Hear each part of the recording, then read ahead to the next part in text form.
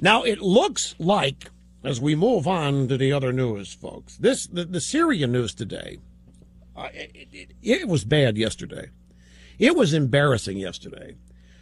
Today, the whole world is laughing at us, and I am not kidding. Even liberals, even these wacko Looney Tunes pajama-clad website posters, these progressives, as they call themselves, these people think Obama and Kerry are lying to them. They don't want another war. They don't want a single missile launched ever.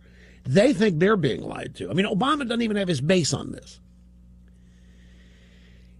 And according to whip counts and head counts right now, it looks like Obama's request for a congressional authorization for the use of force in Syria isn't going to pass the House.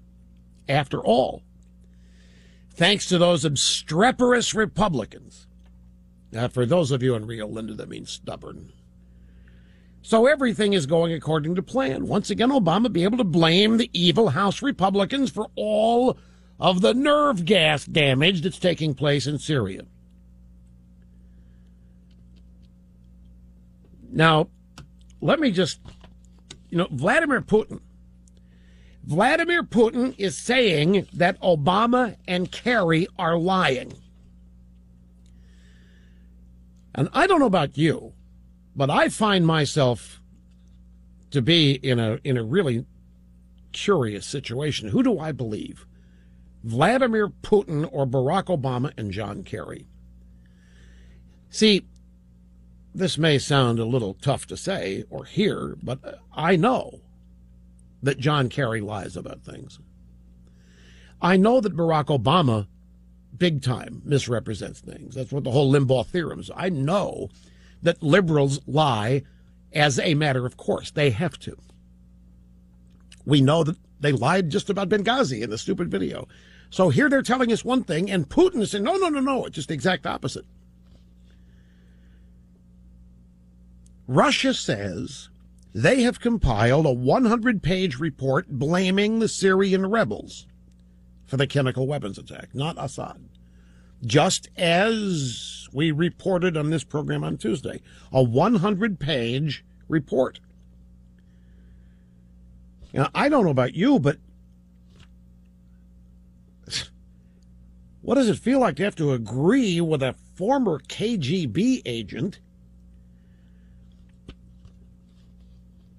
The Russian statement warned the United States and its allies, which in this case is France, not to conduct a military strike against Syria until the United Nations had completed a similarly detailed scientific study into the August 21st attack. Russia's done their own. It's a 100-page report. Russia has found that the Syrian rebels did the attack. Now, if you want, come on, Russia, don't fall for this. I mean, this is Putin, this is Russia. I know. But the New York Times, which is Obama's Bible, the New York Times, brutality of Syrian rebels posting dilemma in West. You see, the regime has tried once again to portray the rebels in Syria, the enemies of Bashar Assad, as innocent, harmless men, women, and children being forced out of their homes, wandering aimless in the Syrian desert. Don't have any guns, don't have any weapons, don't have anything, don't have any food, don't have any water, don't have any nurses, don't have any doctors. This is the picture. The rebels, the anti-Assad forces people, I mean, they are God's gift. And even the New York Times, the Syrian rebels posed casually, standing over their prisoners with firearms pointed down at the shirtless and terrified man. The prisoners, 7 in all, were captured Syrian soldiers. It goes on to talk about how the Syrian rebels are a bunch of real bad guys, criminals, thugs, lawless, not the picture of innocence. And so the New York Times is casting doubt on this whole thing as to who is responsible for launching or firing off the chemical weapons. We have Putin calling Kerry a liar. In thehill.com, get this headline: Obama struggles to convince Congress that Syria isn't about him. Good Lord! Exactly as I think we mentioned on this program last week in this, that no matter what, it's all about Obama. How will what we do or don't do in Syria affect Obama? How will it affect the 2014 midterms? How will it affect Obama's legacy? All of that. Hill.com. Obama struggles to convince Congress that Syria isn't about him. President Obama is struggling to convince lawmakers, foreign leaders, and the public that military action in Syria is not about him. That's hard to do, because the entire last 5 years have been nothing but being all about Obama.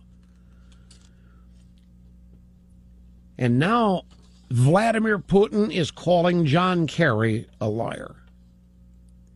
Let me posit something here.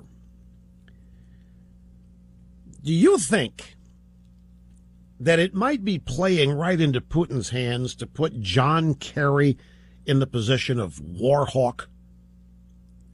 I mean, what is Kerry known for?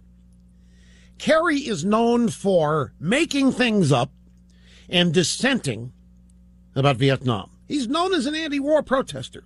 He's known as somebody who believes the worst about the U.S. military. He believed and testified about supposed atrocities committed by Vietnam War military.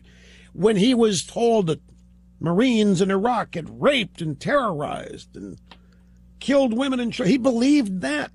John Kerry is not known as a hawk. The closest Kerry ever got to being a hawk was when he retook Boston Harbor, heading into the third night of his convention. Remember, they had swift boat vets, the ones that had not bailed on him, and they got on board some yacht, and they sailed across Boston Harbor to the convention hall, with Kerry at the front of the yacht like he's commander, master commander of the Southern Seas or whatever. That's the only time Kerry appears like a hawk. And so Obama has put John Kerry, one of the biggest doves and one of the biggest anti-war members of the U.S. government, in charge of selling military action in Syria and being in favor of it. The biggest dove in the war, the biggest anti-war, the biggest anti-military person that Obama could find, John Kerry, and he put him in there. You think putting Kerry in this position plays right into Putin's hands? Putin can call Kerry a liar, and there's history. Putin can call Kerry a liar from day to day and have evidence for it. The thing is, Putin's a liar, too. Everybody in this play is a liar. So all that's left is to figure them both and try to piece together facts. And are there any facts? Do facts come from the al-Qaeda rebels? Do they come from the Russians? Would anybody believe the UN? You know, Obama lied about the stimulus bill. He lied about Obamacare. He lied about the IRS. He lied about Fast and Furious. He lied about Benghazi. We had a member of Congress actually ask Kerry about Benghazi and Fast and Furious, and Kerry just lost it. So which liar are we supposed to believe here? The only person in the past month who's been honest about what he was doing was a rodeo clown in Missouri.